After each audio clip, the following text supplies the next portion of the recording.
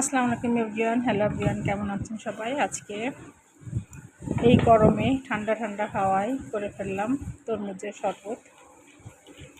তো এখন ঠান্ডা ঠান্ডা তরমুজের শরবত ঢেলে ফেলি।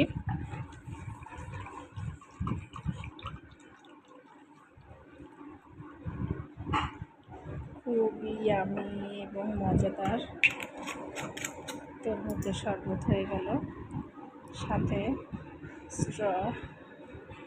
তো কেমন হলো আজকে আমার তরমুজের শরবতটা অবশ্যই জানাবেন।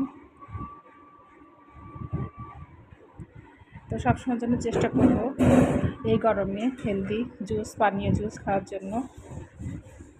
যে পরিমাণ গরম, তো স্কুল থেকে মেয়ে আসলো, ওর জন্য ঠান্ডা ঠান্ডা তরমুজের শরবত এখন দিয়ে দিব। খুবই মজাদার এবং হেলদি।